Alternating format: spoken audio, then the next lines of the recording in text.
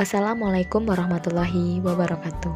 Di sini saya perwakilan dari kelompok 4 akan memaparkan hasil kerja kelompok kami yang berjudul Keanekaragaman Jenis Pohon di Arboretum 4 Tahurawan Abdurrahman dengan kelompok Ingrid Enggarara, Paksi Arenda, dan Diki Anggara. Langsung saja, yang pertama adalah pengertian dari Taman Hutan Raya atau Tahura, yang merupakan salah satu hutan konservasi yang memiliki fungsi sebagai kawasan pelestarian alam untuk tujuan koleksi tumbuhan dan satwa yang alami maupun buatan, jenis asli atau bukan asli, yang dimanfaatkan untuk kepentingan penelitian, ilmu pengetahuan, pendidikan menunjang budidaya, pariwisata, dan rekreasi. Hutan pendidikan konservasi terpadu merupakan wahana bagi masyarakat, khususnya pelajar, mahasiswa, dan peneliti untuk mempelajari hutan dan hubungan timbal balik antar komponen ekosistemnya dan tingkat keanekaragaman jenis tumbuhannya. Metode penelitian. Praktikum ini dilakukan di Arboretum 4 Tahurawan Abdurrahman pada tanggal 15 Maret 2020. Peralatan yang digunakan dalam praktikum meliputi alat tulis, CH-meter, rollmeter, pitameter, dan tali sheet. Sedangkan bahan yang digunakan adalah beragamnya jenis tanaman yang ada di dalam Arboretum 4 Tahurawan Abdurrahman. Cara kerja yaitu menggunakan metode membuat petak ukur berjumlah 2. Masing-masing petak ukur dibuat plot yang berukuran 20 meter x 20 meter, 10 meter x 10 meter, 5 meter x 5 meter, dan 2 meter dikali 2 meter. Dari masing-masing plot yang sudah dibuat, diamati jenis-jenis tanaman pada masing-masing fase yang ada di dalamnya. Berikut lampir tabel pengamatan vegetasi pada fase pohon. Di sini ada 8 jenis pohon yang ada di dalam plot berukuran 20 meter dikali 20 meter, yaitu ada pohon cempaka, karet, kemiri, petai, alpukat, mangga, nangka, dan durian. Dari masing-masing tersebut memiliki kerapatan relatif, frekuensi relatif, dominan relatif, dan INP yang berbeda-beda. Pengamatan tumbuhan pada fase pohon dilakukan pada setiap petak ukur di plot berukuran 20 meter x 20 meter, di mana setiap tumbuhan yang didata masuk ke dalam plot tersebut memiliki keliling lebih dari 60 cm atau dengan diameter lebih dari 20 cm, karena salah satu kriteria fase pohon adalah dilihat dari diameter atau keliling batang pohon. Dari 8 jenis pohon yang ditemukan, terdapat beberapa pohon yang mendominasi antara lain karet, cempaka, dengan nilai kerapatan relatif masing-masing pohon yaitu 30% dan 26,66%. Sedangkan jenis pohon yang paling sedikit ditemui dengan nilai kerapatan paling kecil yaitu petai. Berdasarkan pengamatan di lapangan, pohon yang ada di lahan tersebut merupakan hasil tanaman petani setempat.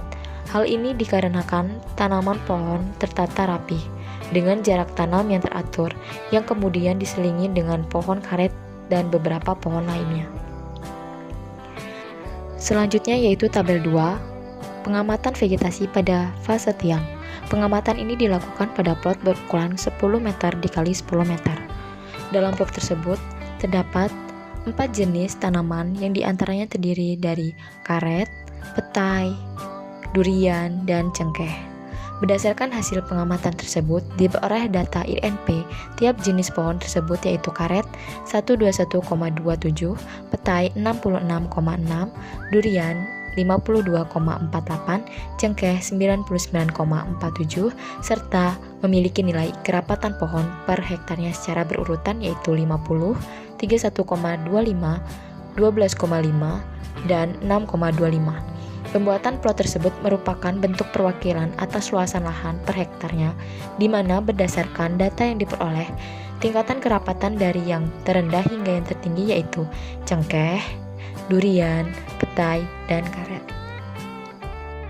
Selanjutnya merupakan tabel 3, yaitu pengamatan vegetasi pada fase pancang.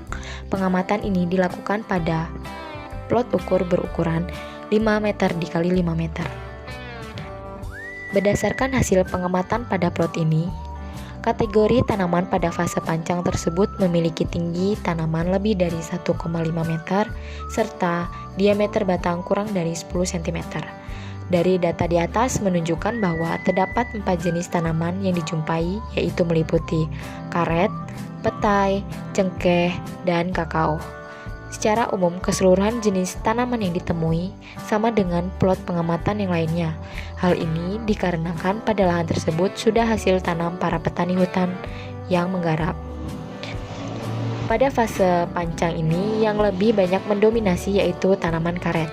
Salah satu faktor yang mempengaruhi adalah cepatnya pertumbuhan pohon karet serta sudah dapat dimanfaatkan pada usia muda untuk diambil getahnya, sehingga banyak petani yang menanam karet pada lahan tersebut. Tanaman karet memiliki nilai kerapatan relatif sebesar 54,54% per hektarnya, sehingga data tersebut menunjukkan dalam 1 hektarnya pohon karet lebih mendominasi. Selanjutnya yaitu tabel 4, pengamatan vegetasi pada fase semai.